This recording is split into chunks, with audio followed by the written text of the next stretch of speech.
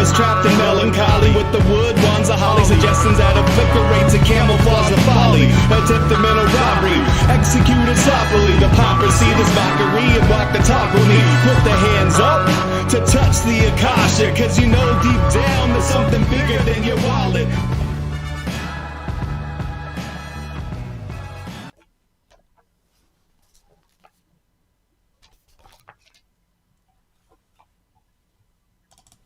Oh, sweet eternal balance of all that is good, true, and beautiful, friends.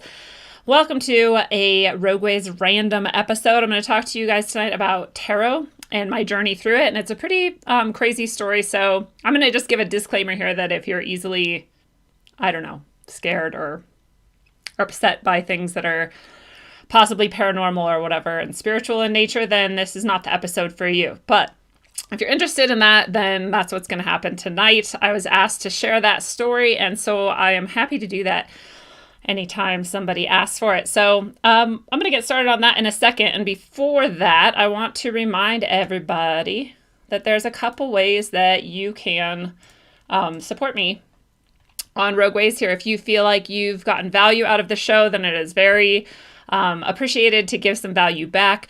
You can do that through the live streams. There's super chats and super stickers or whatever on YouTube, and that's cool. On DLive, if you're watching through DLive, then there's lemons, and that is awesome as well.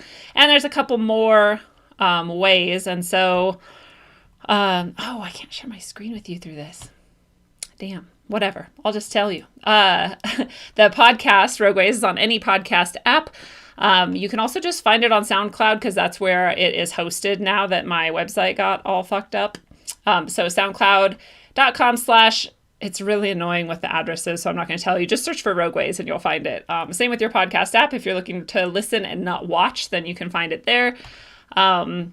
Hey, Carolyn, this is all because of you, so good to see you here. And what's up, Lumberjack? I see you guys in the chat there, so that's cool. This is a good time at any to remind people that if you're on Facebook watching this, I can't see your comments until afterwards. It's just the way I have my settings. I don't want the public to be able to see my Facebook, or to be able to comment on my Facebook, rather. So if you're there, I don't get your comments. But if you want to come to YouTube, then I do see them. You have a much better chance of interacting. So that's just up to you. What's up, Philip? Nice to see you. Chris, you got here. Yay. And Lori is here. Hey, Lori, I love you.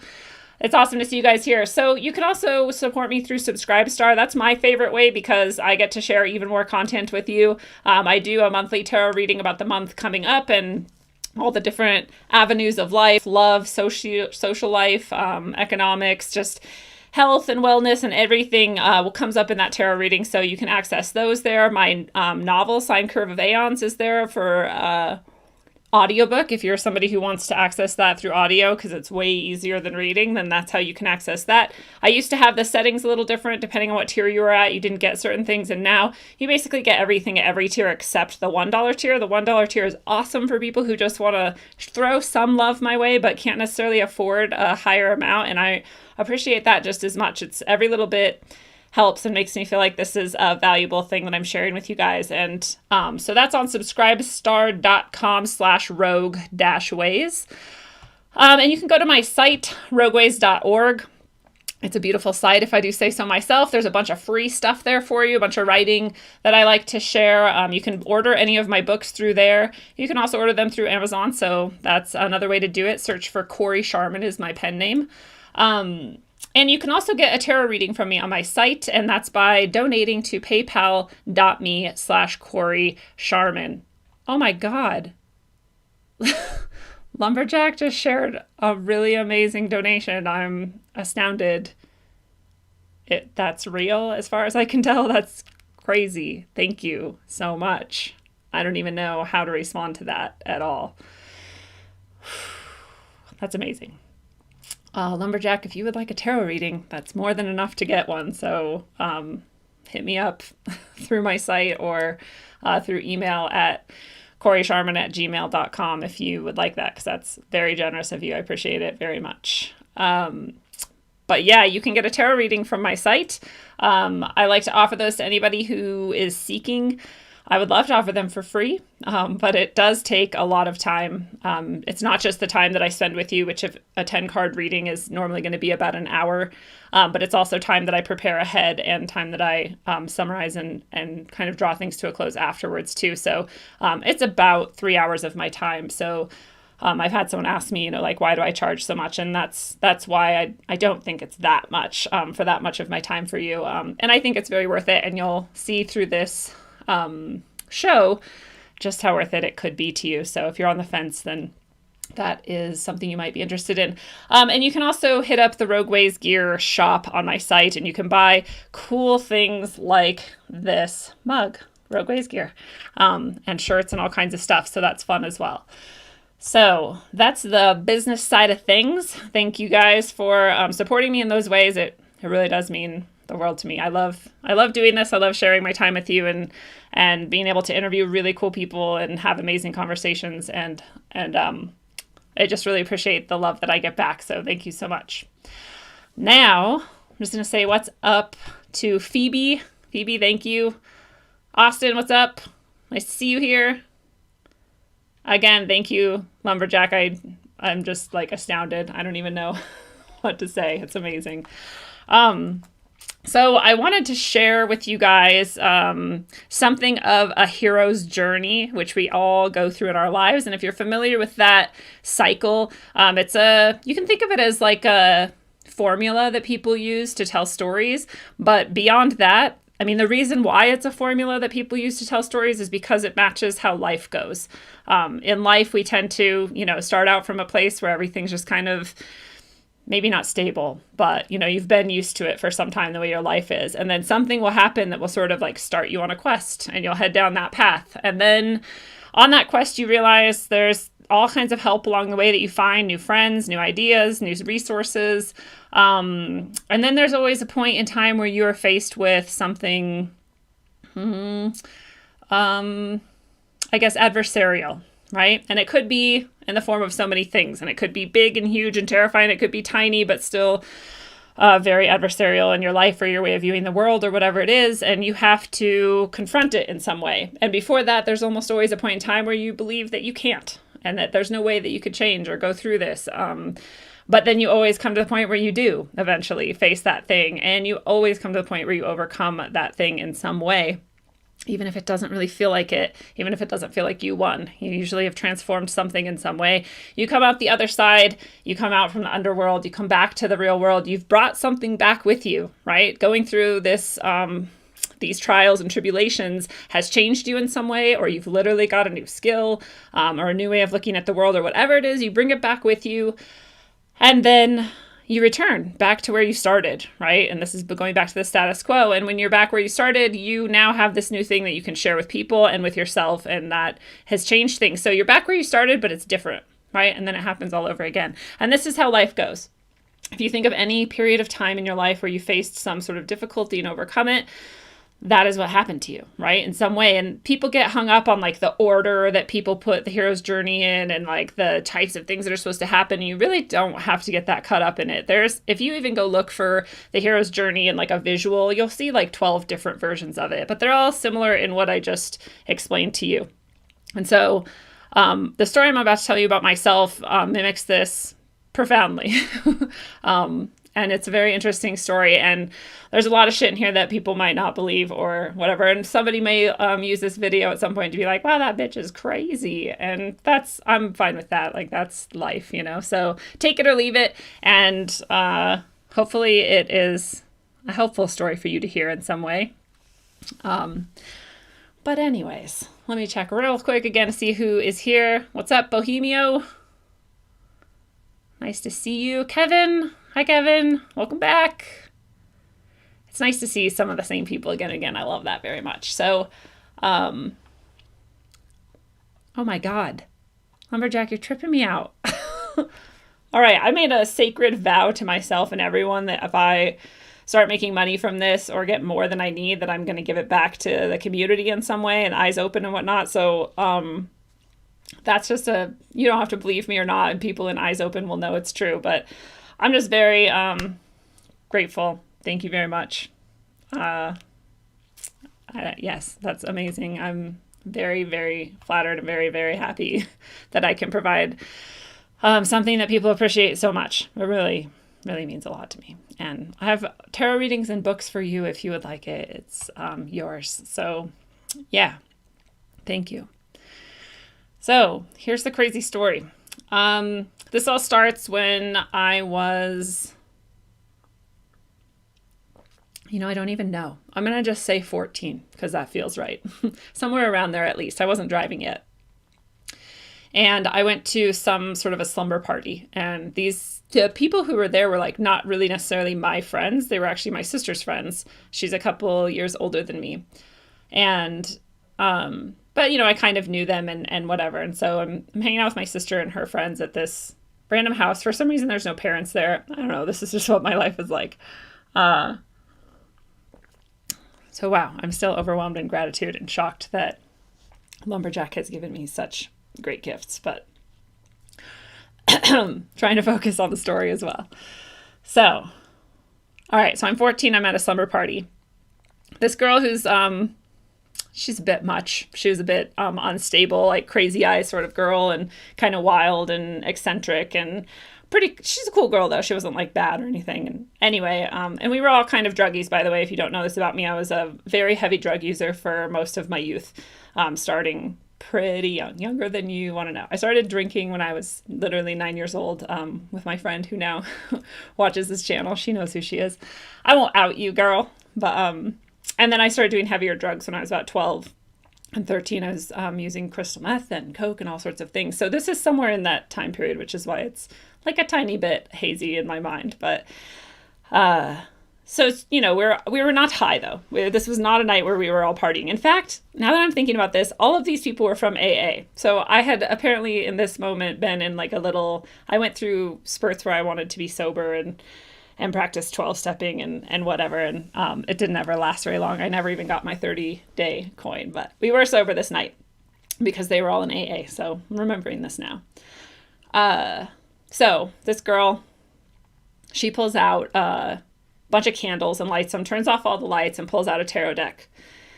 And I had never, ever even heard of tarot as far as I can remember. And if I had, I definitely didn't have a really good idea of what it was. Like maybe I saw it in movies, like we all see like a death card comes out and everybody freaks out.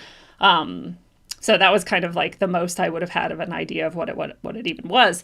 And she did a few readings for people and, it was like, oh, this is kind of a fun game is how I saw it. Like, and then, it was my turn to have a reading. So I had a reading. And the way that this girl did her readings was she would invite for each reading a spirit to guide the reading. And I did not think anything of this because I was not, I wasn't super religious. I wasn't super spiritual. And I was not very interested in like paranormal any more than anyone is. Like ghost stories are cool and stuff. It just doesn't really like think about it that much. Thank you again, Lumberjack. I really appreciate that sentiment.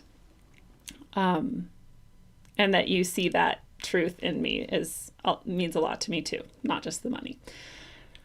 So she is inviting a spirit to guide this reading that she gives me.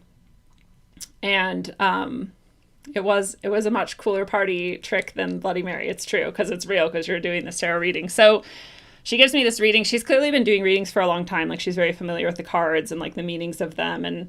And so she's giving me the reading. And as she's flipping cards over, she's starting to freak out like more and more every card. And I have no idea why.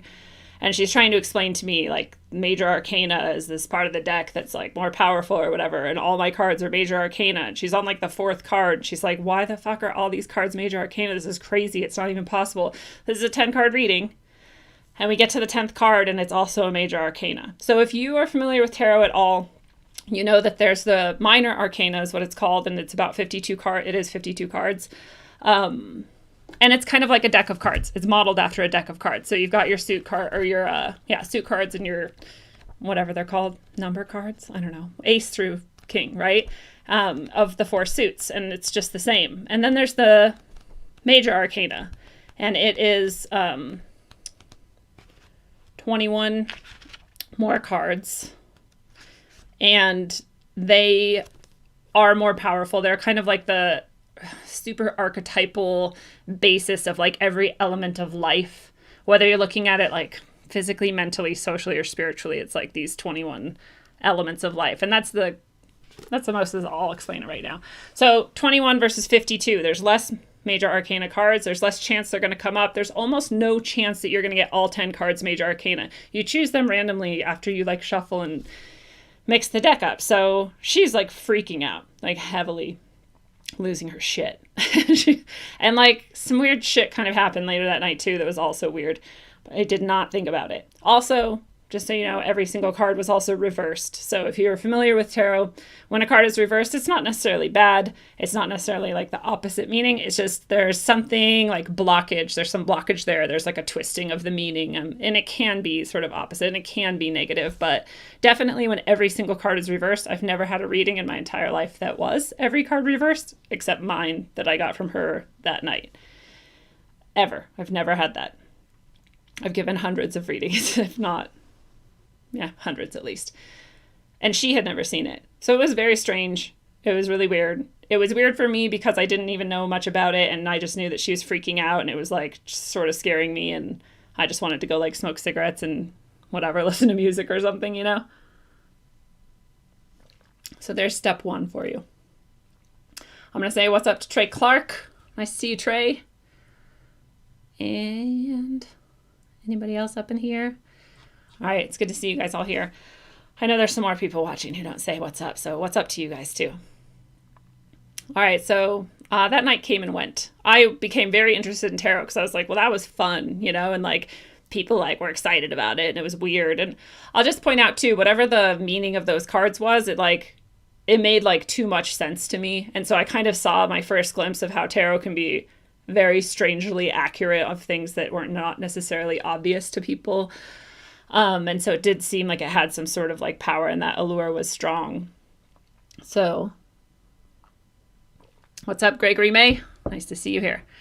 So I went and got the exact same deck that she had. This deck is gorgeous. I still have it today. It's not the same one though, and you'll understand why later.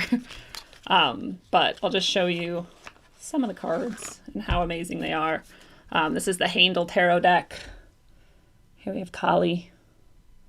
It's just beautiful art, and this the creator of this deck used all four kind of major world spiritual traditions. So you can see the suit of wands is from India, the suit of stones is Native American, the suit of cups is Celtic, the suit of wands is swords is Egyptian, and so that's really cool. He uses the I Ching is in here. There's astrological symbols in here, and it all adds to the sort of tapestry of meaning. And it's my favorite deck I've ever seen. I've never used another deck.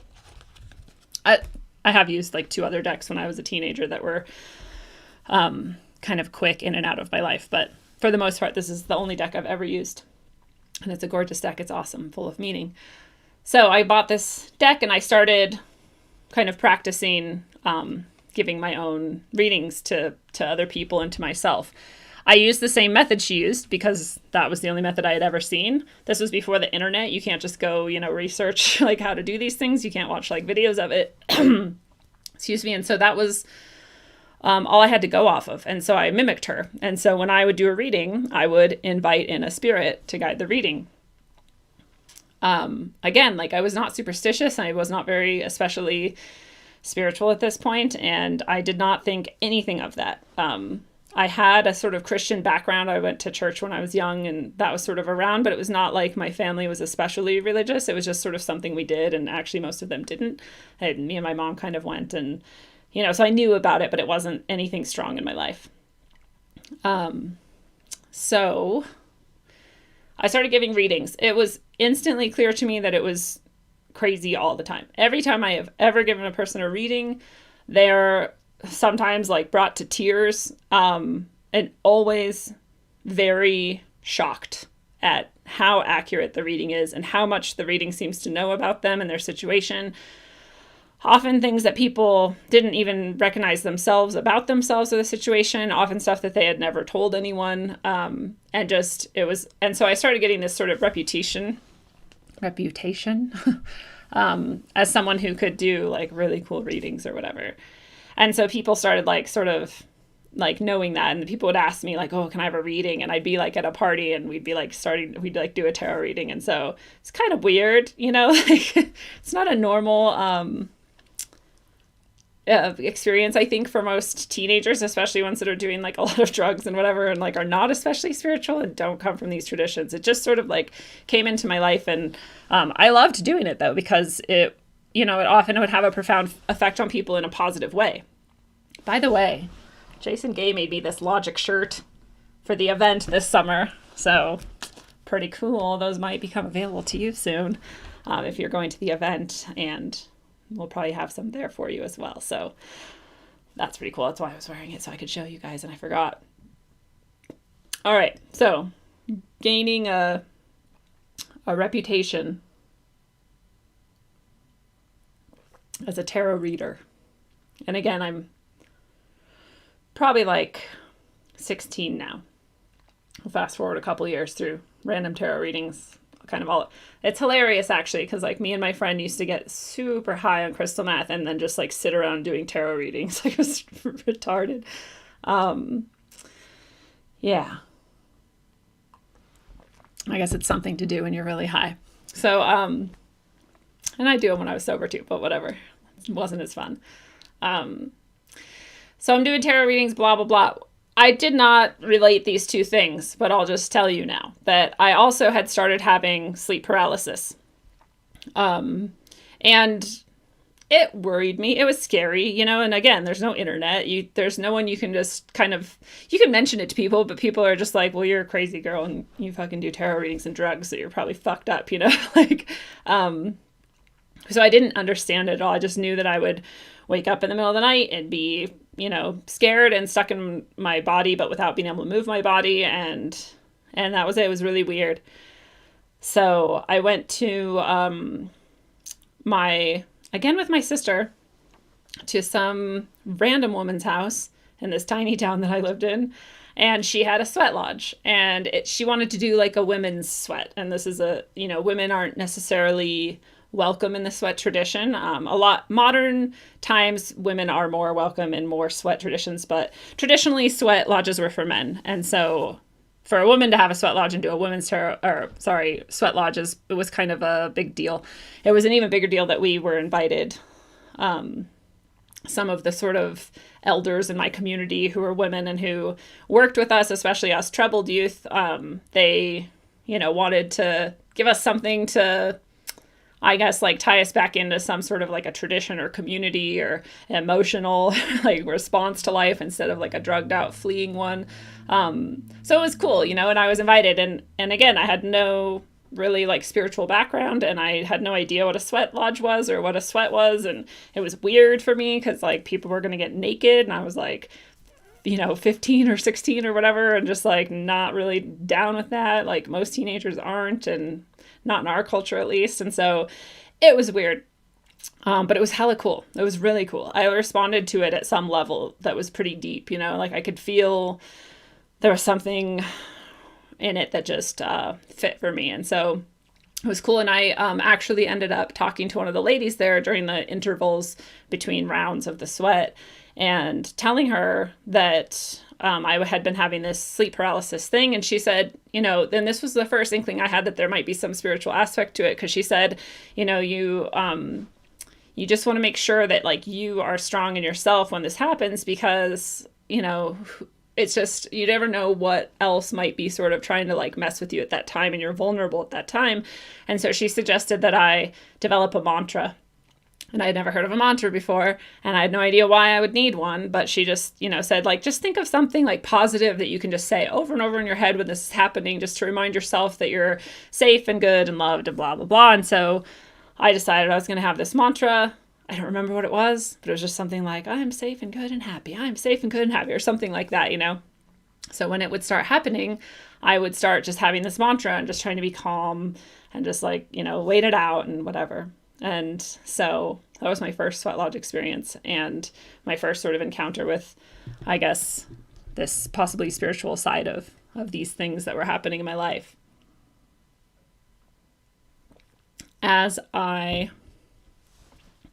Side note, I was at a friend's house one night, and I brought my tarot cards, and I was giving her a reading in her bedroom, and her parents came in and looked at it, and they fucking lost their mind. They were like, "Get that devil worshiping shit out of our house!" And I'd known her for a decade or more, and I'd never ever seen them even yell or be angry. So it was like, whoa, this is a big deal. And they made me take all the materials and put them outside, like off their property line, before I could come back. And they were like, "We'll drive you home. We don't care. Like, get that devil shit out of our house." So I was like, wow, some people hate tarot cards, like really hate it. And I had no connection with that before. I just thought they're just like this kind of cool game, and like they just like work really well for whatever reason. And I was starting to like get these little hints that like something spiritual was going on. Again, definitely for them, I was like, well, they're crazy Bible thumpers, so they're scared of everything and kind of like screw them. But like I was also respectful and didn't bring the tarot cards back to their house again, but I was just like, yeah, whatever, you crazy weirdos. So this, I think I just saw Chrissy. What's up, Chrissy? And hopefully I didn't miss anyone else. Hey, Gregory May. So at the same time that I'm having a sleep paralysis and getting these sort of indications that something maybe is like spiritual in life and that something is deeper than what we think, I start having like pretty strange experiences. I won't go into all of them. I'll just tell you that I started getting this like sense that something was around sometimes that I couldn't see. You know, like you feel like you're being watched, or like the hair starts to prickle on the back of your neck, or the room would get really cold all of a sudden. And again, this is like pre-internet. Like I had no way of knowing what these things might mean. I just knew that they were weird. And so when things started physically moving in front of me with no source of movement that I could discern, then I started getting pretty freaked out. I was like, what the fuck is life? Like, you know, one time I was just sitting, so I don't know what I was doing in my house. It was like in front of the table, and something that was in the middle of the table just moved off the table and fell down. And you know, you tell yourself like, that didn't happen, or you must have misunderstood it, or like whatever, the breeze came through. Like you tell yourself a lot because dealing with the possibility that something can just move by itself is crazy. You know, like it shakes your foundation of what you understand life to be. And so it just wasn't, the first few times it happened, it wasn't happening as far as I was concerned. I was like, I just misunderstood something. Like it just was not, whatever. That was just something. And then for some reason, the one that like really got me and made me realize that something weird was happening was, well, there were two things. One, this flashlight that we had that would like charge in the wall. So there's like a plug-in and it like plugs into the wall to charge. It fell off the wall and turned on. So again, I was just like, whatever, fucking thing is loose or whatever, and it fell off and turned on. But that flashlight, in order to turn it on or off, in order to turn it on, the plug-in part had to be like turned back into the device so that it was like secured back into it. And to do that, you had to depress a button. So you had to depress the button while turning it in order to do that before you could turn it on. So it not only like fell off the wall, but it also had somehow been depressed and turned all the way back in and clicked on, and that's not possible, right? So that fucked me up. That one, finally, I was like, dude, something actually is going on. So this is the first time that I'm like acknowledging that there's something weird in my house or fucking with me or whatever.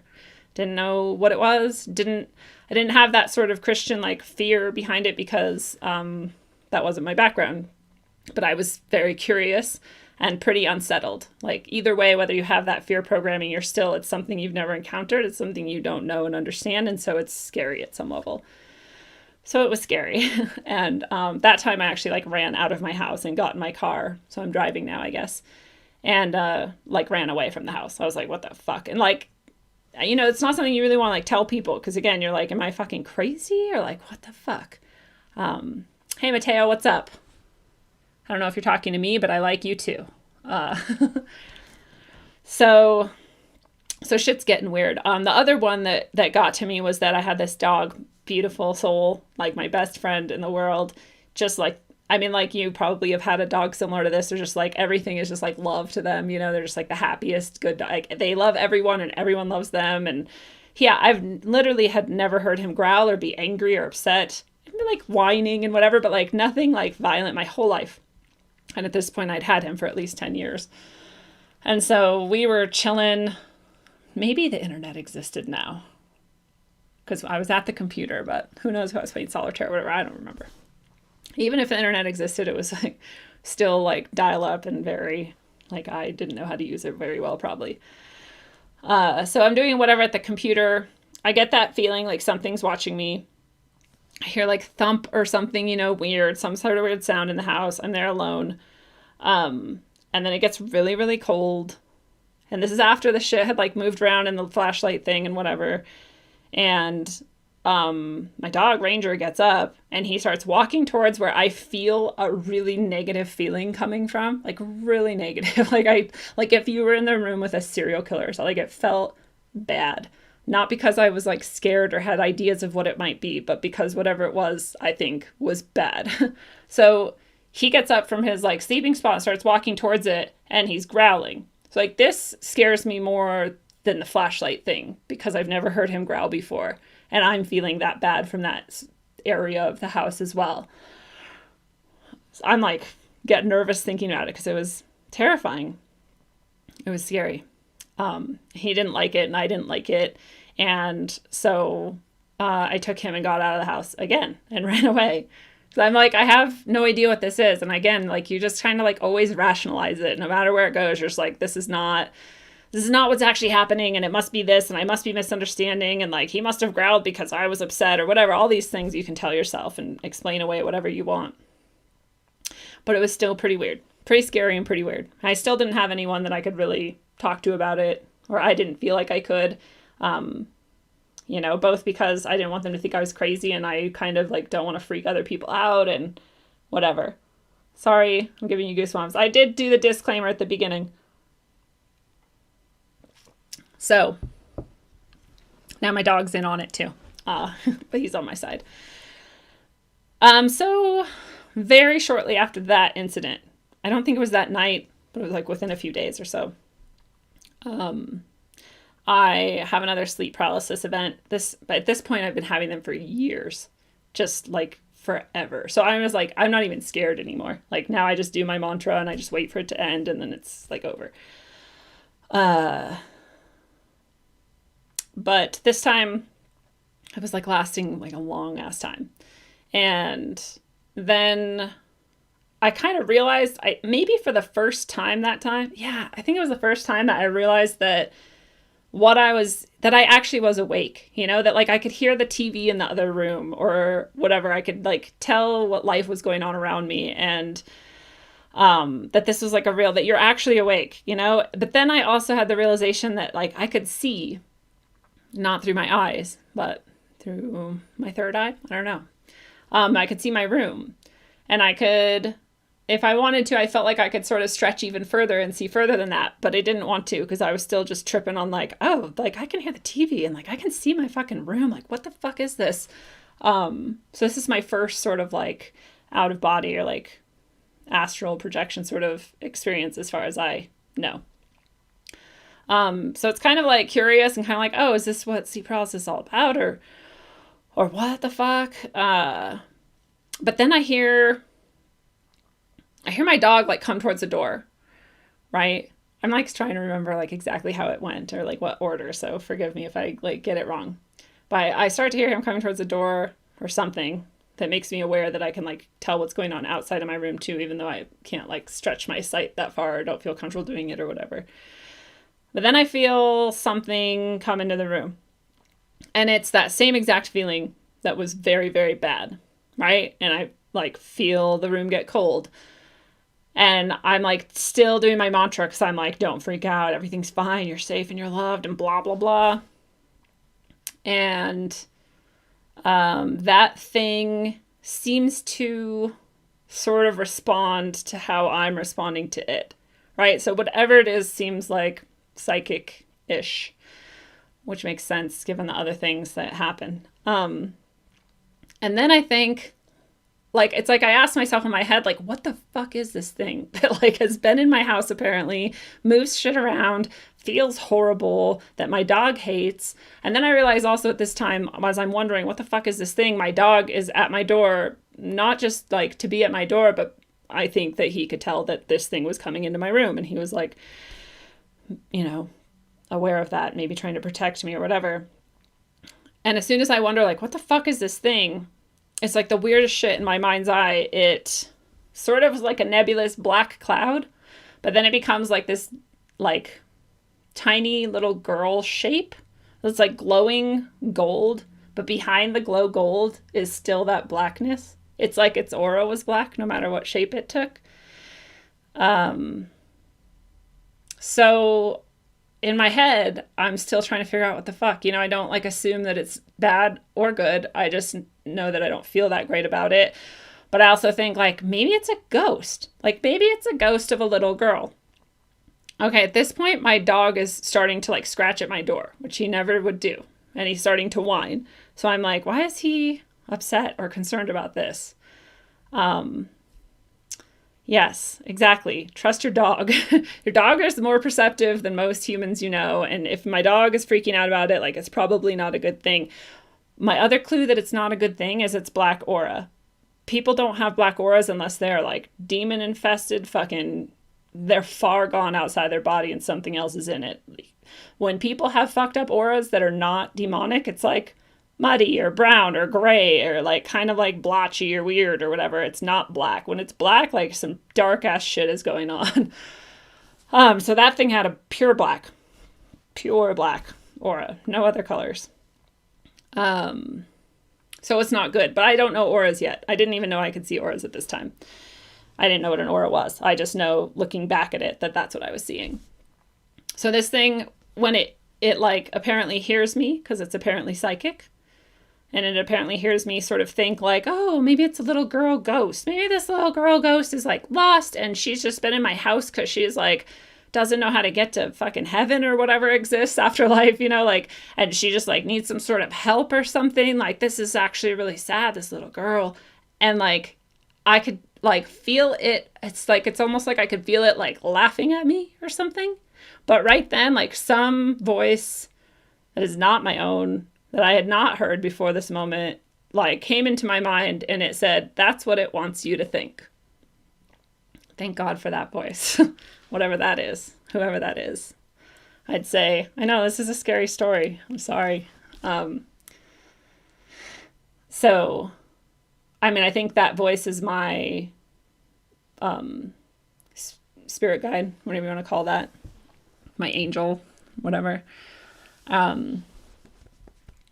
So yeah, but in my head before that, I was just like, oh, maybe I can like help this girl. Maybe that's why she chose me to like come like haunt or whatever, because I can like help her fucking move on or whatever. But again, as soon as I thought that, it seemed excited that I had this thought. And then that voice said, that's what it wants you to think. And right when the voice said that, so like whatever this thing is, it not only knows my thoughts, it knows whatever that voice is saying or thinking as well. Because it started coming towards me when I thought it was a little girl, you know, like my defenses were down then. And as soon as it heard, that's what it wants you to think, it like leapt at me. This is all like now in like microseconds or whatever. But like this thing is now flying towards me. And all I can think is like, fuck, I hope there's a God.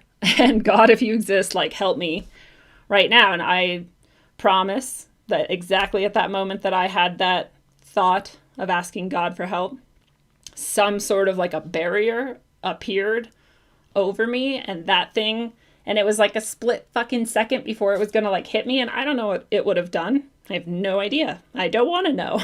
I'm very glad a barrier appeared, but it was like slid right in place like right before it hit me, and it's like I could like feel it hit, and it was like instantly the angriest feeling I've ever felt in my life. Like it thought it had me. Whatever it could have done or wanted to do, it thought that was done deal. And finding that barrier was like the most frustrating moment for it. And like, so now, and this is all like astral or whatever. So like, yeah, it did have some advanced skills. I do think it maybe was me that I heard. Thank you for saying that, Phoebe. I do think like our higher self is our spirit guide in some way, even if it like kind of appears as like a separate, different entity. But so yeah, it was very intense. It didn't stop here. So that in the astral realm or whatever, however I was sensing things, I could hear and I could see that I could see it like frothing with fucking anger right at this like barrier that exists.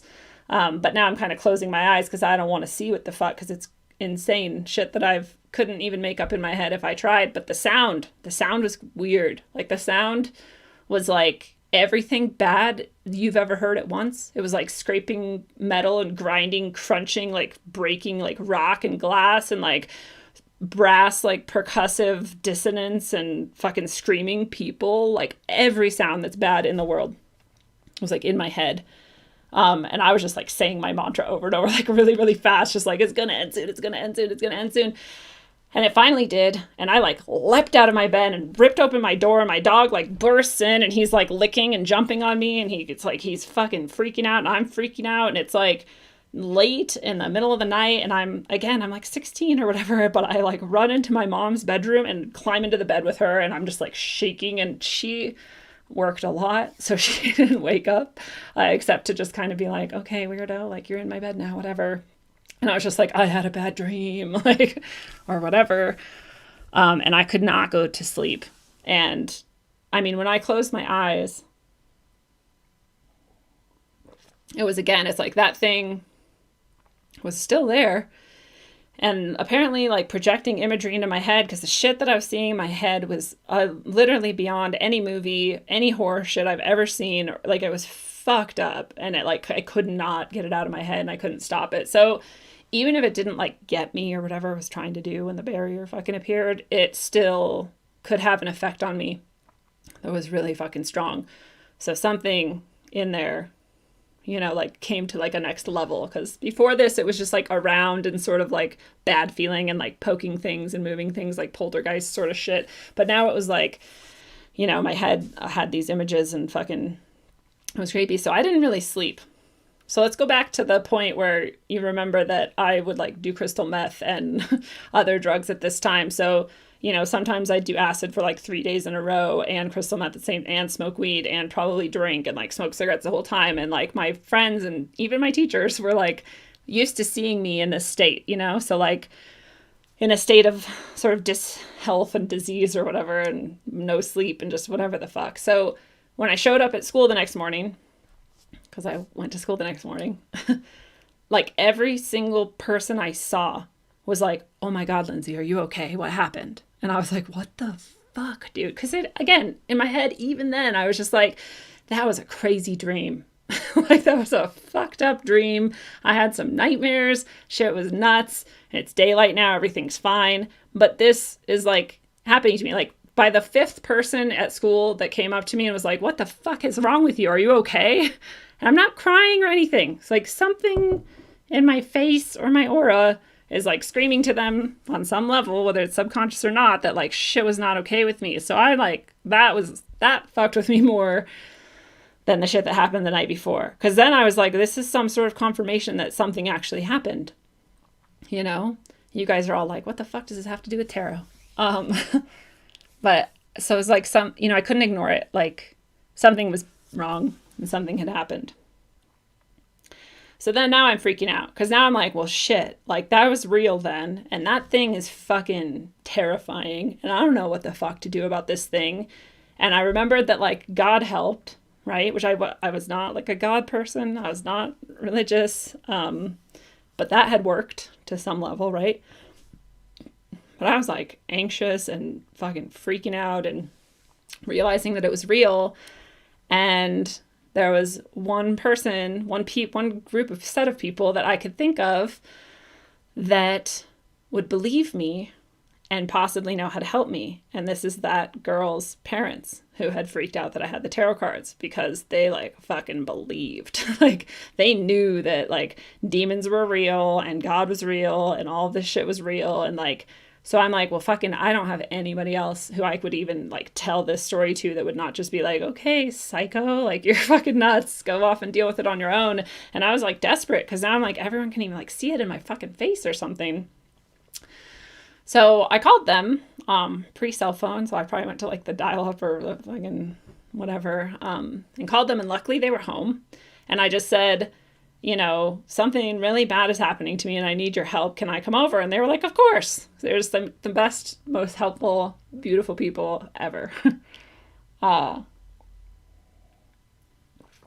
So I go to their house and, you know, it's kind of weird for like a teenager to go to her friend's house alone and just like hang out with her parents or whatever, but that's what I was doing. And they also had the same response of like, oh my God, what's wrong with you? Like, what happened? And so I hadn't told anybody else the story. When they asked me what was wrong, I was just like, nothing. What's wrong with you? You know, like, what the fuck?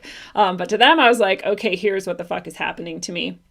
And I told them, and they instantly knew. They're like, oh, you're being attacked by a demon. They had like no, like, they were not joking. They had like no fucking qualms about it. Like, that's what's happening to you.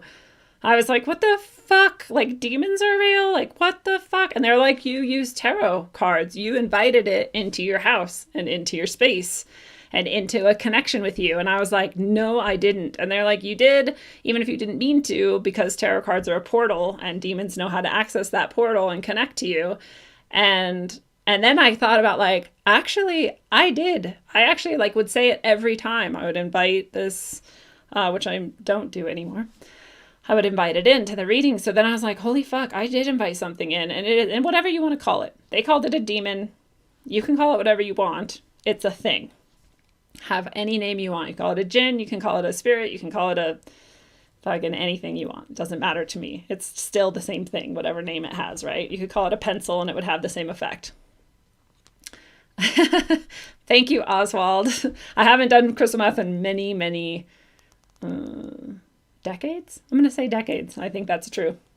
So thank you. But, okay. So then I'm starting to believe them like, yeah, I guess there's a fucking demon after me or whatever. And I guess I invited it in and I was like, well, so what do I do? Like, how do I stop it? Cause I cannot live like this. Like I can't live with fucking crazy horror scenes in my head and no sleeping and like shit attacking me and like what the fucking things moving around my house or whatever. Like I can't do this. And they're like, it's really easy. You just ask Jesus into your life. I was like, all right, down. Like, let's do it. Like, whatever. How do we do that? And they're like, you just repeat after me.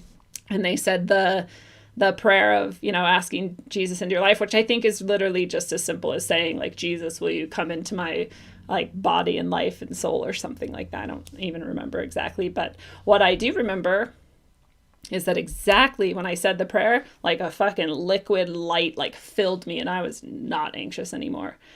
And I was not scared anymore. And you can call that the placebo effect, or you can call it like Jesus is a real force that can like rid you of demonic energy, which is what I believe.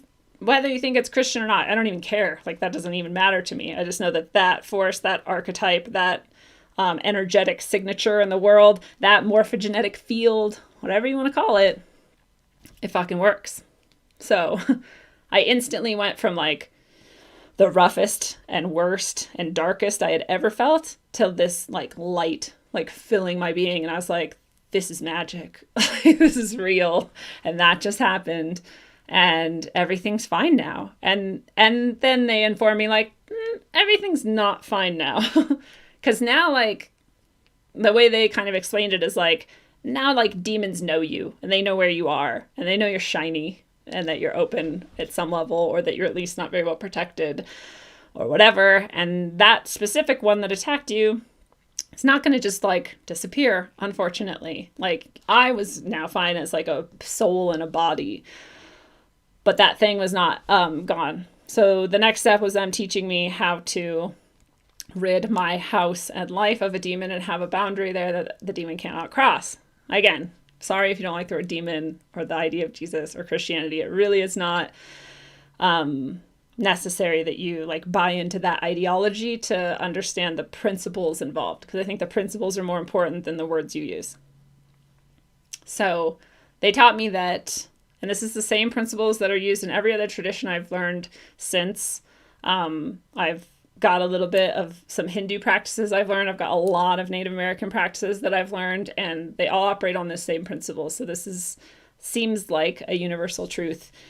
But they said, the first thing is you go home and you say, Satan, get the fuck out of my house. Like, you're not welcome here and you're not coming back, and get out. You can say Satan, you can say demons, you can say whatever you want, but the intention of whatever is negative here and whatever means harm is gone now. You command it in your voice, and in their idea, especially when you have Jesus with you, your voice is impossible for them to ignore that command. You do it in the name of Jesus, it's even stronger as far as I can tell.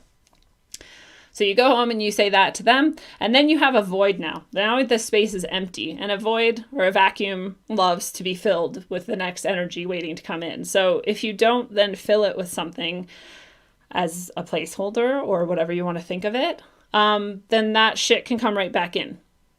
It has to leave when you tell it to leave, but if there's nothing like blocking it from coming back in and there's a space to fill, like, it's going to fill it. So that was the first time I learned this principle of, like, whatever you clear, you put something back in that is what you would rather have there instead. So in the Christian tradition, the way you do that is you invite God and Jesus in. So that is what I did. And they said, whatever you have left that's a connection to that invitation or portal, if you want to think of it that way, that you created, you need to get rid of it. You need to burn it, destroy it, throw it in a dump, whatever, like, get rid of it. A good shaman would cleanse it first, but I did not understand that principle yet. I just knew to get rid of it. So I took my deck and my books, same deck, same books, and I went outside and I had a little bonfire after I cleansed my house of demonic energy or negative energy and invited the positive and the good source of creative energy in the universe back into that space. And it was nuts. So when I told it to leave, I felt something angry leaving. I invited God in, I felt something good and sort of clearing and empty isn't the right word, but you know what I mean? Like, cleared of badness or whatever in the house.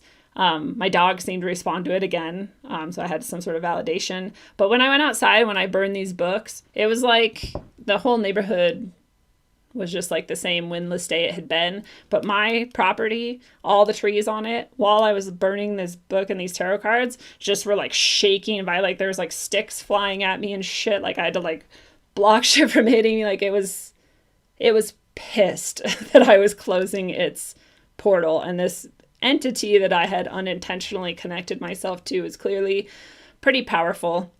I think there's some little guys that couldn't have moved physical objects and couldn't have shaken trees or whatever the fuck.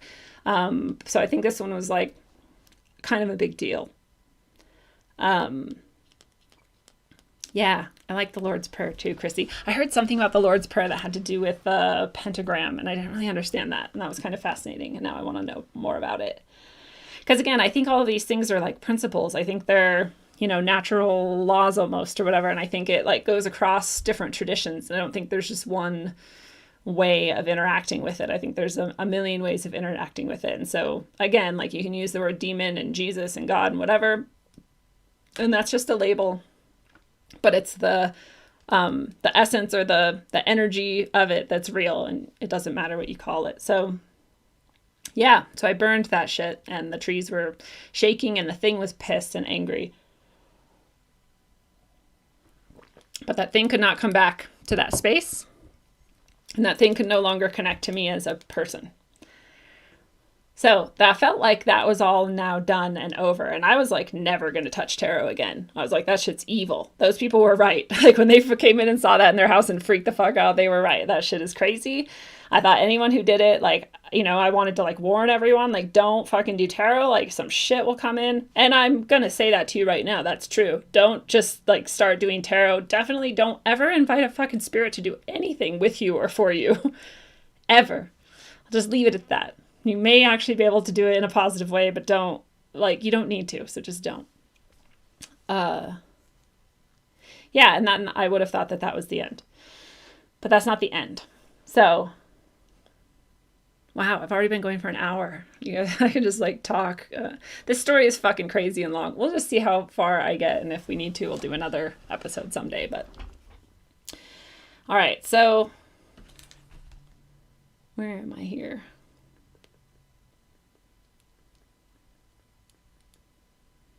Okay. So like I said, that house, that property was safe. I was safe. That thing couldn't touch me, but as far as I understand what happened over the next many years of my life, is either that same spirit was kind of like pissed and wanted back in or just wanted to fuck with me, or maybe like other entities saw me as a shiny being in the dark and wanted to like come be attracted to that. I don't know for sure what happens, but something over the years, I had more like attacks over the years basically, and I started being like, eventually after many years of just like shit seeming and I do the thing like Satan get out and like, God and Jesus welcome back in and whatever, and in various places, and shit would like stop, and it's mostly electronic. So if you think about these things, they don't seem to have their own like energy source. Whatever they have found themselves to be, they seem to be cut off from the source of all energy. And so I think that's why they fuck with us. I think they are going to run out of energy if they don't get it from us by all kinds of means, including mass rituals and whatever. And so I think that electronics are easy for them to affect because that's an energy source, and it's probably really easy to like draw energy from electronics, and so therefore you could also like fuck with electronics. So I think they could probably draw energy from the electric fields and whatever, and fuck with anything, or they can fuck with the electronics as well. So a lot of my fuckery was related to electronics, like lights would fucking go on and off, and TVs would fuck up, and computers would fuck, and just shit would be like, and like people would always try to come fix it, like IT people or whatever, and they'd always be like, what the fuck, this doesn't even make sense. I'm like, I know, like I'm used to it, like this is how shit goes apparently for me. Is my voice shaking? It feels like it's shaking. I was hoping you couldn't tell. But yeah, it was actually weird. This is just a random idea that popped up in my head. We're talking about that source disconnection that they have. Is Neil Kramer talks about how these entities are stuck in is it the fifth dimension? Fuck, I don't want to fuck up his message, but let's just say fifth dimension if that's true. And that the reason they got stuck there is they kind of tried to like jump the fucking line spiritually. And instead of like evolving as a soul, they were like, ooh, I can just like go cut in line up here if I just like take this fucking shortcut. And because they did that, they got like stuck in that space, and they're like slowly losing their energy. And when they lose it, they go back to like pure reset, like step one. And they don't want to do that because that's like, amoeba shit or whatever, amoeba level consciousness that you grow up from into like human and angel or higher or whatever they are. But yeah, so I kind of buy that for now. That seems like the best way to describe it. So, fuck you guys, where was I? Oh, so shit's fucking with me over the years, much after this. So eventually I'm like, okay, that's clearly like the same sort of thing, maybe the same entity even. So I'm like, do I need like a fucking exorcism or something? Like, is it that fucked up? Like, do you actually have to like get this shit like cut off from you and somehow and like, does the church even believe that? No, it turns out most people in churches don't believe any of this. They don't believe in demons, and they don't believe that you need exorcisms, and like none of it. They're just like, I don't know why. I don't really get that. Like, I don't get how you can be in a church and like claim to believe in all this shit and then not actually believe in it. But it's true. So I'm like, even if you wanted an exorcism, like where the fuck would you get an exorcism? Like, like, I don't know. And so I just kept doing the thing where I would like clear shit out and things would get better for a while. And then like eventually shit would come back and fuck with me again. So it just felt like maybe I need an exorcism, but you can't get an exorcism. So randomly one day, or some may say like by design, I met a shaman lady, and she invited me to do a drum journey. And so if you've ever had a drum journey, like it's usually more than one person at a time.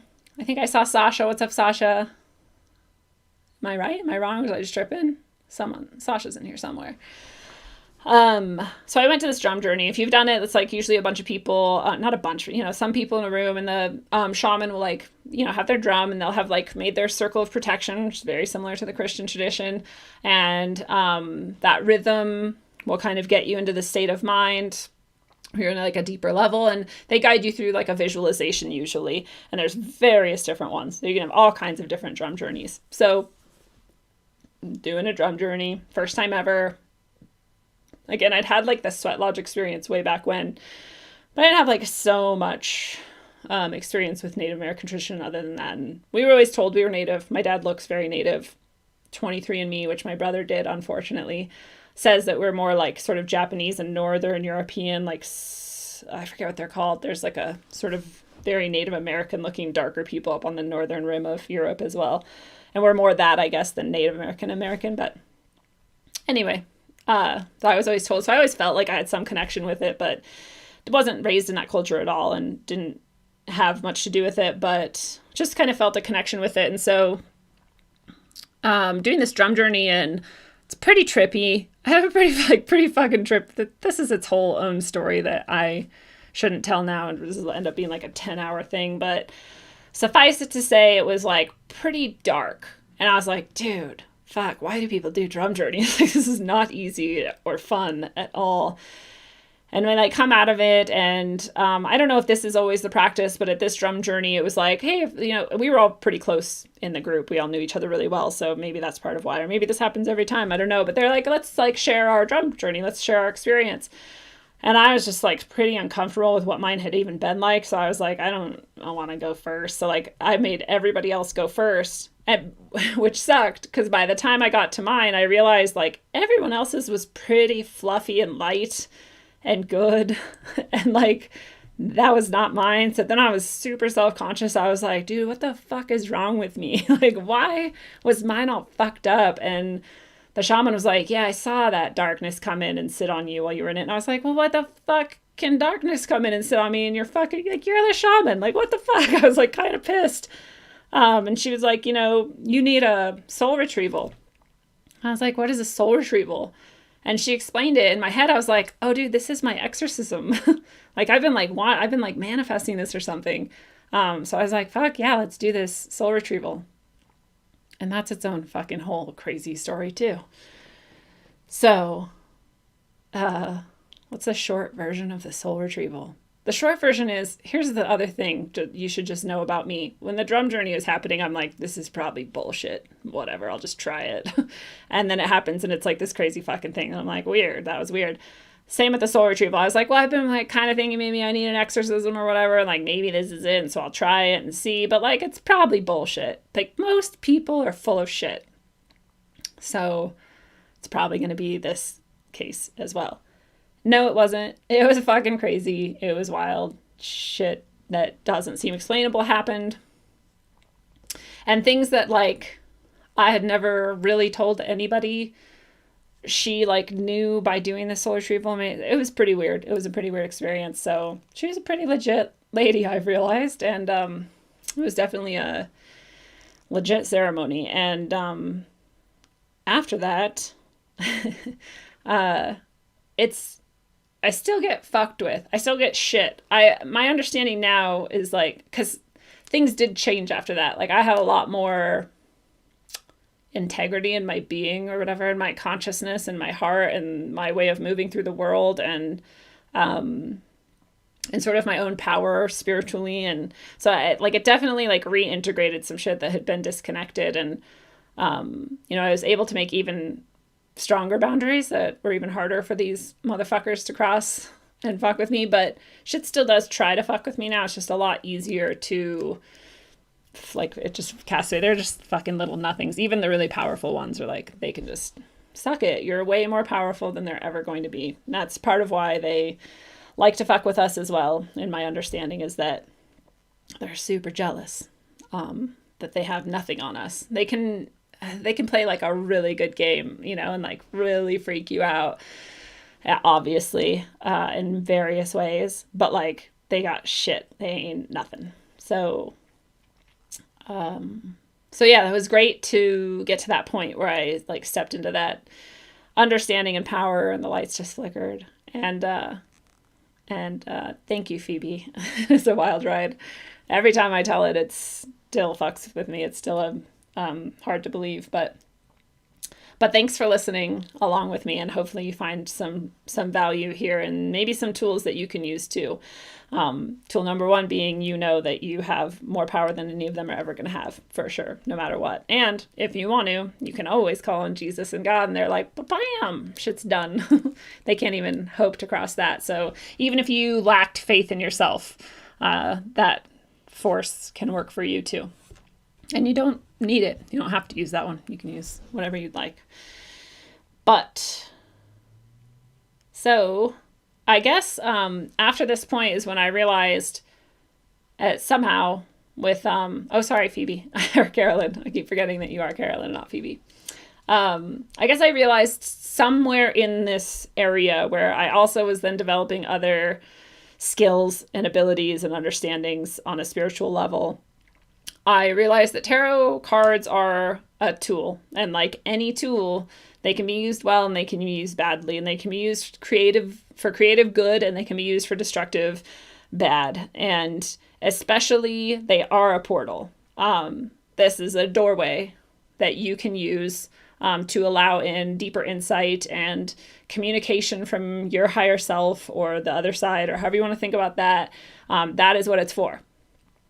And so that can be good or bad, right? If you just run into it blind and you invite a random spirit into your shit, like that's probably going to be fucked up. There's not a lot of random spirits hanging out just like waiting to like help a teenager do a tarot reading or whatever. Like that thing is attaching to you because it gets something from you, and it's not an equal trade ever. If you look at any of the lore about these beings attaching to people, it never ends well for the person, because we all have so much fucking hubris that we're like, even if we get to the point where we're like, yeah, I'm going to like invite a spirit in and then I'm going to own it because I'm going to control it because I'm more powerful than it. And you are, but it's more clever than you, and it knows everything. It knows all your thoughts, even the ones that you are not aware of, all your feelings, every moment of your life, and more, for the whole universe. There's nothing that's cut off from these beings' understanding and knowledge, which is impressive and can probably be used for good if you wanted to for a short time. But again, they're more clever and they operate on more levels than they're more aware of them or whatever. You just don't fuck with them. So they're a portal, but I realized that this tool can be used for good as well. And it doesn't have to be a portal to a demon or like a demonic entity or something negative. In fact, I was taught how to also be a portal of some sort for like the highest good, which is what I call it, or, the God of good and light, if you want to call it that, or your higher self or your highest self, if you want to call it that. Or whatever you want to think of that, eternal source of goodness in the universe, like that is the source that I allow through this portal now. There's a lot of people who do not agree with that. There's a lot of people who think that, this is just demonic no matter what. It's not, though. They may be archons, Lori, good call, whatever they are. You don't have to let them through. So I developed methods, that are in alignment with the sort of methodology that I've learned for any spiritual practice that I undertake. And some of the basics of that are, repeated earlier in the story and are true in many traditions. And that's that you can always make a boundary line or a circle of protection. And this all works on the basic principle of like, even like quantum physics, if you want to think about it that way. Like it all works with the same basic principle, which is your intention and your belief and your faith. So the more that you know that this shit works, the more it works, right? And the more that you understand your role in it, the better it works. Which can be scary for some people because they're like, well, what if I don't believe enough? Or like, what if I'm not sure? And it's like, again, I think that's why it's good to have ideas of your spiritual allies to call on to help you in those moments where you kind of are losing a faith in yourself. And like someone pointed out earlier in the chat, like, it's probably just other versions of yourself. But however you want to think about it, doesn't matter. As long as you know those spiritual allies have your back and can step in any moment where you're sort of faltering. That's really important too. So I have many spiritual allies that are not all these Christian ones that I've mentioned, like Jesus and God. I have other spiritual allies as well that I use, and in many traditions, this circle has 5 parts.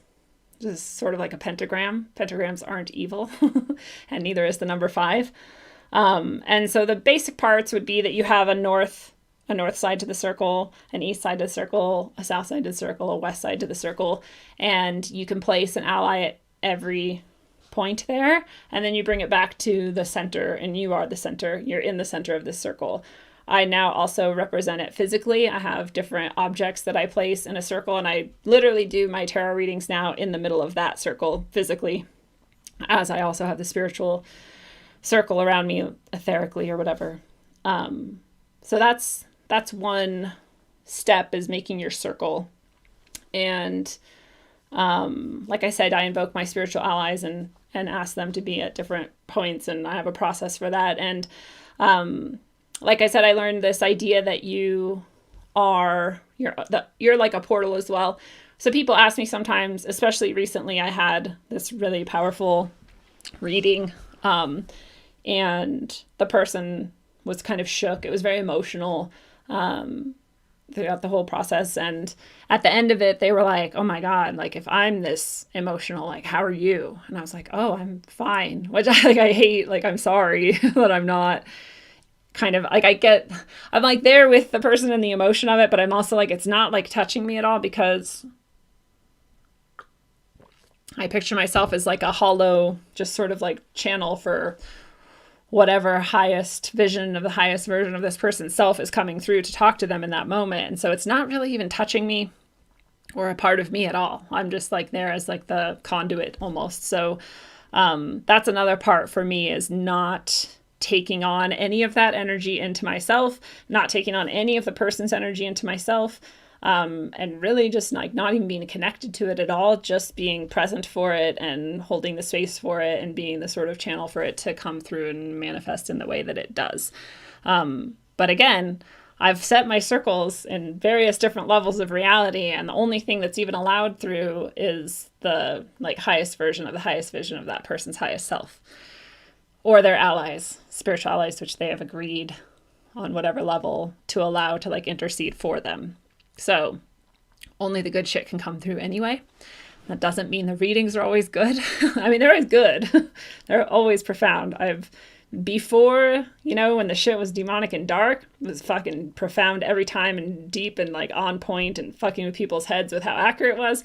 And since then, after, it's exactly the same. The people really have profound experiences when they have a reading with me. In both scenarios, it's just this time it's good and nothing bad can come of it. But again, it can be a negative, it can be it can be shit you don't want to hear, basically. It's like, can be really good therapy. There's almost always some aspect of it that's hard. It's not easy to, process or collide with your own truth. Like, that's the point of doing shit like this, is it's like, okay, now's the time to like bring this shit together and like face it, And so it's like every reading is like its own little hero's journey in itself. And there's nothing easy about facing whatever that adversary is at that point in your journey. So they're cool. They're fun in a way that, it's a neat way to interact with your other self or whatever. But they're not always easy. And I always like to say it's like the cheapest therapy that you can get. Bye, Lumberjack. Thank you again so much. Like, beyond words. Thank you. So I'm really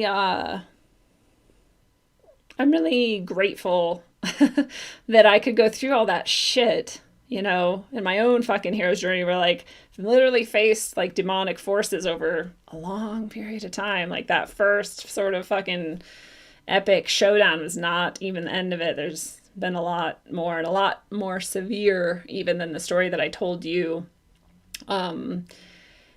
That it's really, really hard to deal with. And so, but I'm grateful for it all, because I feel like now I can offer this to anyone who needs it and who is seeking. And I think that's an incredibly valuable thing to be able to offer to people. And I'm just really grateful that I can do it. And every time I've been able to help someone, I'm grateful. And I'm grateful for the people who appreciate it and value it and who want to access it, and I'm grateful that I can help them access that. So all the way around, even for all the dark bullshit, I'm very grateful for it.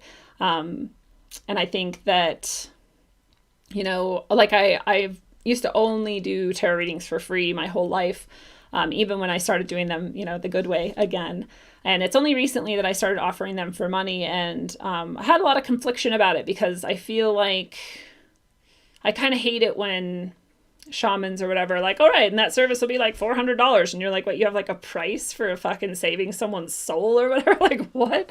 That just seems like fucked up to me. But I also had to get to the point where I recognize that it is time in your life, and it takes, you know, it takes effort from you, and you can't just give this shit away forever. And so I do trades, and I do offer discounts for people if somebody like expresses like they really like desperately are in a moment of need. Like, I'm not going to abandon anyone, so I'm not looking to get rich, but I'm just happy that I got to a point where I can offer this to people, and I went through the process to be able to do that in this very helpful way that can be profound for people, but also that I can get something back for it too, because I like to survive and thrive in the world, and we need money to do that. So I kind of came to that point where like I had to struggle with it for a while, and I still feel like kind of weird about it, but I've just, you know, I think it's fair to be able to offer this and exchange it for something, right? And it doesn't have to be money. It can be a lot of different things. So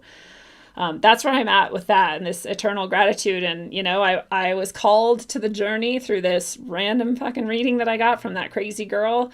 And I found, you know, sort of allies along the way. And I had to face like the darkest dark and come out the other side. And what I came out with was this, you know, who I am now, which is a very spiritual person.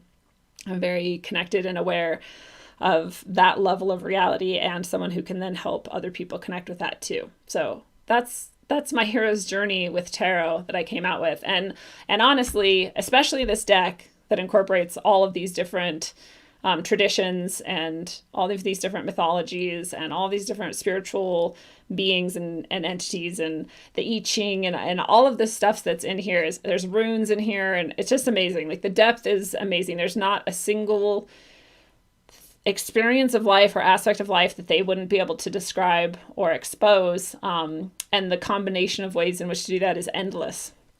And I'm just always amazed at how accurate it is. So this is not an advertisement for me doing tarot for you. It's more to express, I guess, a lot of things, right? It's to express that we're these infinitely spiritual beings, whether we know it or not. I didn't know that when I started this journey, and when this shit started happening to me, I was not there at all. I did not have that as a concept in my head, and now I live this as like my truth, you know. But also that we do have these tools, and that it is silly to dismiss any of them as evil. You can recognize something by its fruits, right? Like, even the Bible says that. And the fruits of my readings, at least now, are extremely positive and healing, even in as much as they can be difficult as well. So I recognize that as the fruits, and I think it is a good, true, and beautiful thing. So I'm going to look through some comments now. If you have a question that you would like to ask that I have not answered, then now is the time to type that into the chat bar so I can see it. So I'm only going to scroll back a little bit to see if there's any recent questions. And if you asked something earlier that I didn't get to, like, ask it again. But let's see. What tarot cards do I use? I did say it at the beginning. I'll tell you again. It's the Handel Tarot by Herman Handel. It's a fucking great deck. Like, there's a billion tarot decks out there, but I am probably kind of conceited to think that this is the best one. But like, you can't really go wrong with this one. If you're looking for a tarot deck, then super check it out. It's amazing. What's up, Diverse City? Nice to see you.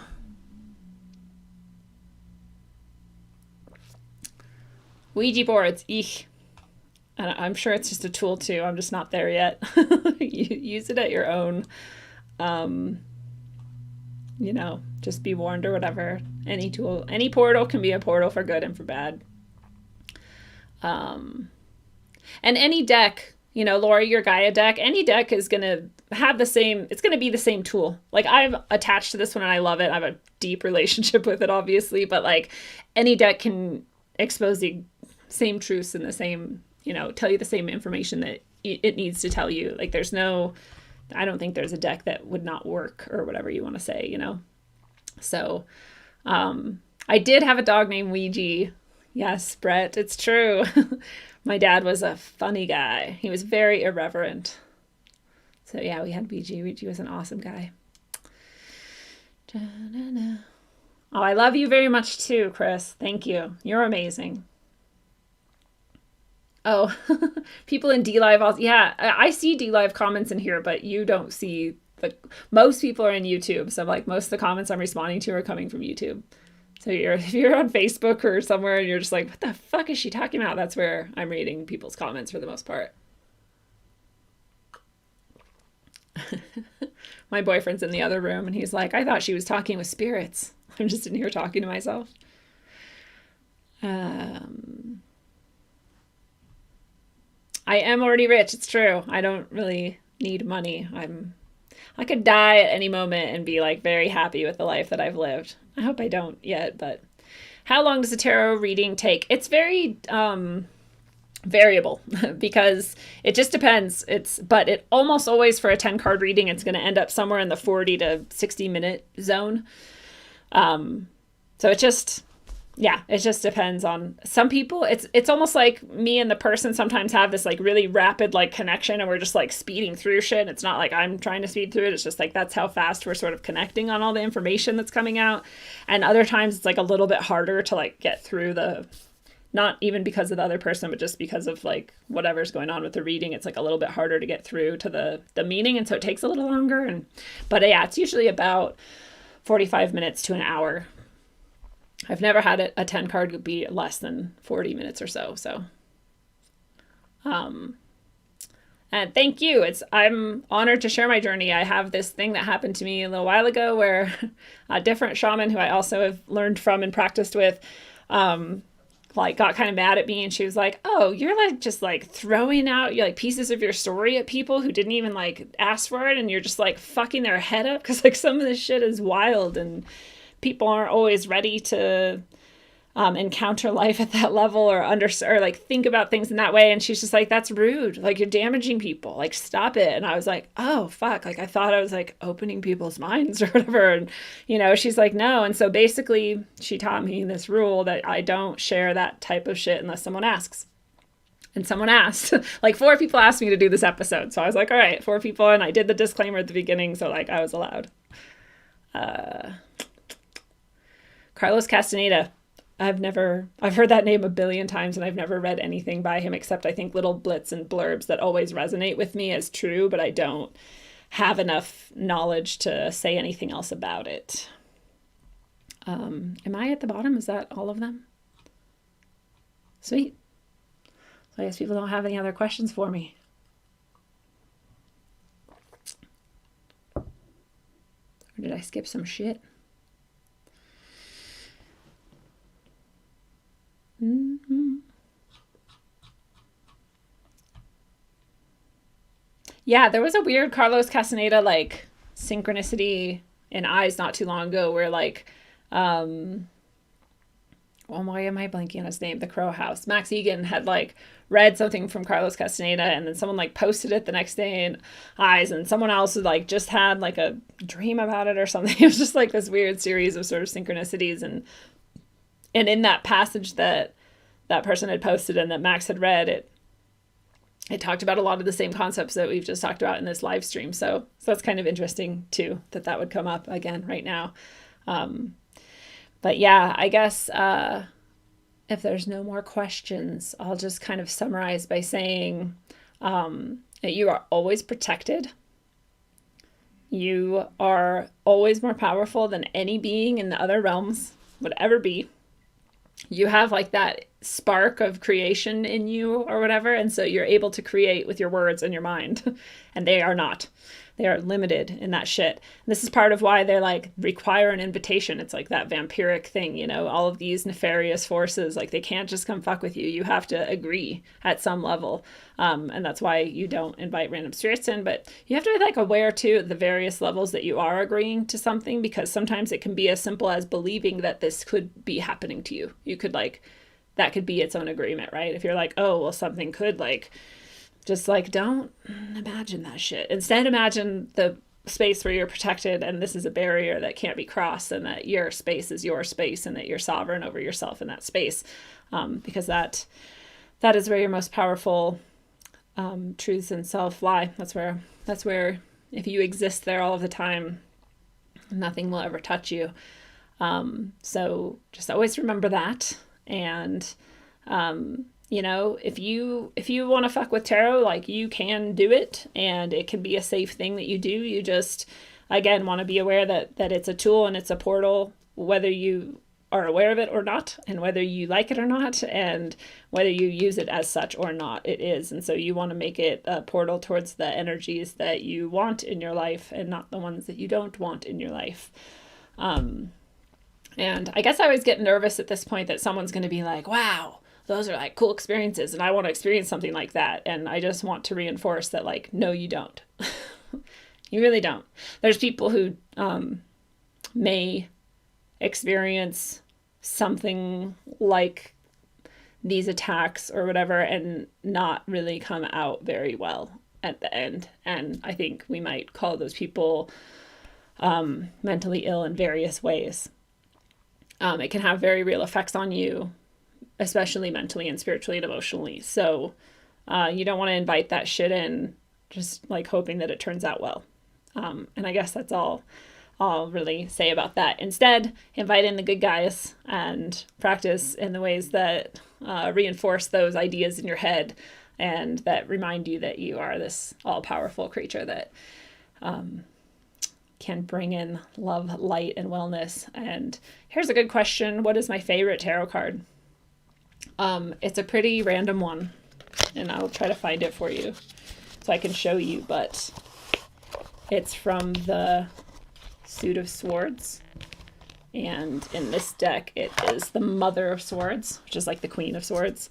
And in this deck, the feminine always comes first, which makes sense to me because the feminine is the void and the masculine comes in, you know, to fill the void or whatever, to be shaped by the matrix. So it makes sense that the feminine comes first. But so the Queen is actually the highest in the court cards, and the King is the King is like where the Queen would be in our normal deck, sort of. But okay, this isn't my favorite card, but it's the most beautiful in this deck as far as I'm concerned, and that's the Death card, the 13th card of the major arcana. And this card is so, I mean, it's just beautiful. You could look at all the details for a long time, and every card in this deck is really detailed and nuanced. So, but I just love it. I love the raven. I love his eye is like multicolored. I love that there's the ferryman in the background. I love that it has, you know, an element of earth, of air, and of water in this deck. And, that little scythe wielding death there coming up to collect the bounty. But, I guess while I have the death card out, I'll just remind everyone that when death comes up, it's not a person is going to die. Sometimes, maybe. But usually it's like maybe an illusion is going to die. Maybe it's a good death. You know, maybe a section of your life that was shitty is going to die. And maybe a part of you is going to die, but maybe it's a good death. Maybe it's something you had to let go of. So when you see death in like movies and shows, they're always like, oh, death. And like, like it's bullshit. It's the death of something. Very, very rarely would it indicate the death of a person. Here's my favorite card. This is, again, the Mother of Swords, or the Queen of Swords, and it's from the Egyptian tradition, and it's, oh, it doesn't even say it on here? Weird. Oh yeah, it does. You just can't see it very well because it's in the background. Nut, or Nuit, or Nui, as some people might say. It's sort of the same in most languages. It's like night. It's just the Knight card, and it's a feminine energy. And in the Egyptian tradition, she stretches like this girl who's bending over, stretches across the sky, and the stars are all imprinted on her body, and she holds the sky sort of together over us as like this protective, warm, dark, mysterious sort of presence, I guess, of like, there's like something of like abundance in this card.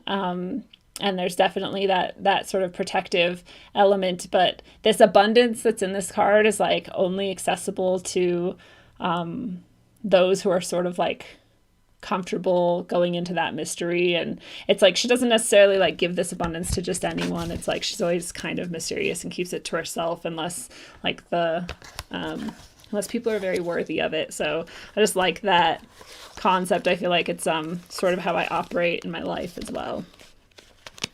That I'm incredibly giving and generous to the people who have made it into my inner circle. And to other people, I'm just slightly generous or whatever. So good question. That is my favorite card in the deck. I don't know. I say favorite. I just really like that card. There's a lot of like really, really amazing cards in the tarot deck. They're all pretty awesome. And Death to Illusions. Absolutely.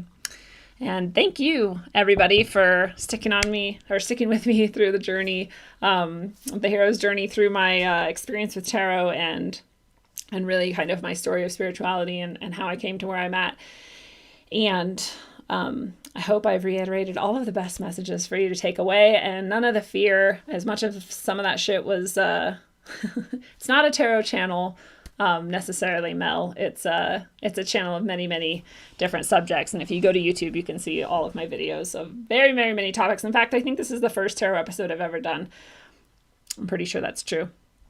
But yeah, I just want you guys to always remember all of the good that is at your command, and that none of the bad can touch you as long as you know that and make your boundary known. And you don't have to even speak it aloud for it to be true. You could just literally think of it or picture it or imagine it, and it's just as true as if you could speak it. So even if you're in the midst of a sleep paralysis, you're just as powerful. So take that away. Don't take any of the fear. Leave it all behind. There is nothing to fear, really, truly. There's not. And wherever you go and whatever you decide to do, travel well, aim for balance, and always look inside first. Mwah. It's a one-on-one level. Make your dome hurt while up on earth. My bones are blessed from holy dirt. Vibes manifested to words that told me search for verbs and adjectives to describe birth. Worth more than one can speak, while the tongue feeds a weak, a sour taste in your mouth, bittersweet. Words can also kill you when you sleep. Mind condition, low frequencies while the subconscious mind listens. I can tell a vision filled with lies disguised as truth, and spread it like the word to the youth. Watch the tube. A place where the God is food, it's sorcery. To recreate the God forgery. There's more than meat that meets the eye, not too many know. Just hear me flow like the eye of Horus Penio. Yeah, not ready to leave until we believe we're free to go. You hear me, yo?